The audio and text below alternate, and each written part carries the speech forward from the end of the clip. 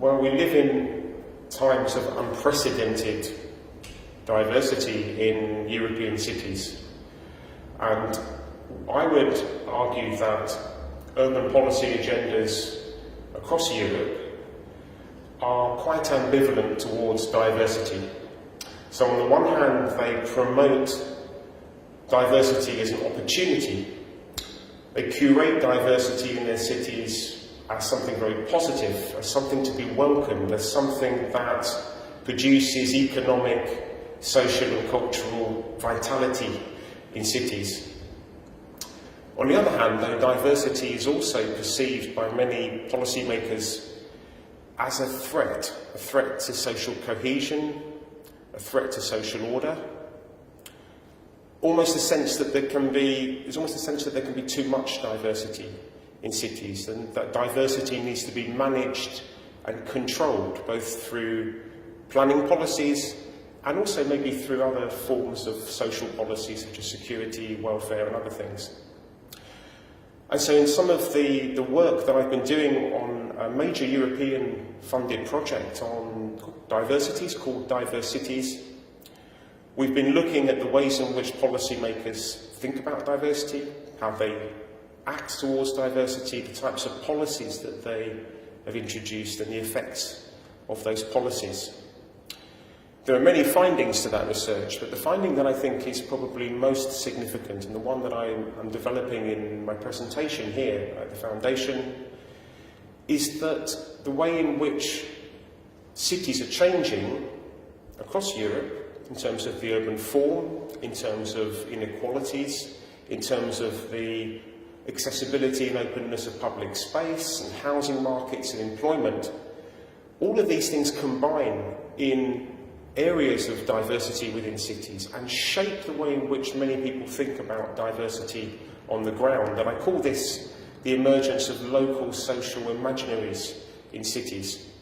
What I mean by this is that in many cities we found in our research that community groups, policymakers and others have a very welcoming view of diversity in many instances. They see diversity as a very positive thing for the neighbourhoods they're in. They welcome the presence of strangers, as they call them. They're extremely positive about the impacts of different groups on the cities in which they live and the neighbourhoods in which they live. Having said that, they also, at the same time, many of the people that we've interviewed and done research with also express a disquiet or a sense of concern about diversity in their neighbourhoods. And we found in our research that there were certain factors that encouraged a positive view of diversity and certain factors that encouraged a negative view of diversity. The positive ones were where people encountered different groups in ways that were regular, ways that were sustained, for example, through schools, through community centres, through public spaces, through the presence of local cafes and shops and other places in which they would meet different people. Where those things were very present, where those things were working well, people tended to have quite a positive view of diversity. Policymakers also would be positive in those instances about promoting diversity.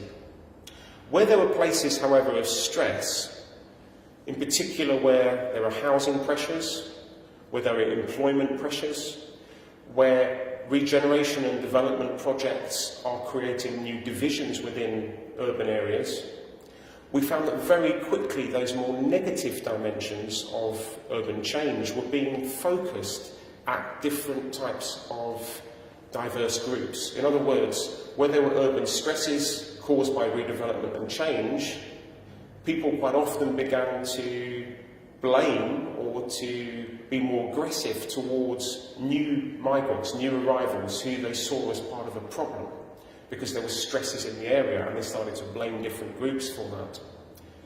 On top of that, what we also found was that in many European cities, governments at all levels are facing austerity cuts.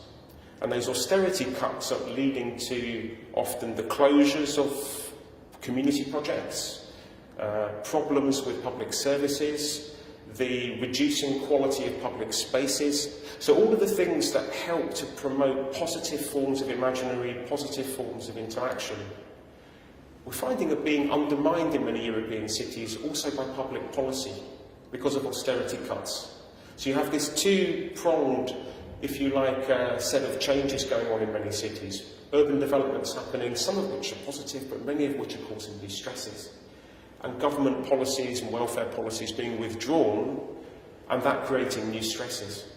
And so we would argue that a more positive form of urban policy will be one where we see a reinvestment in the activities and the infrastructures that support positive forms of encounter in cities, positive forms of inclusion, positive forms of engagement.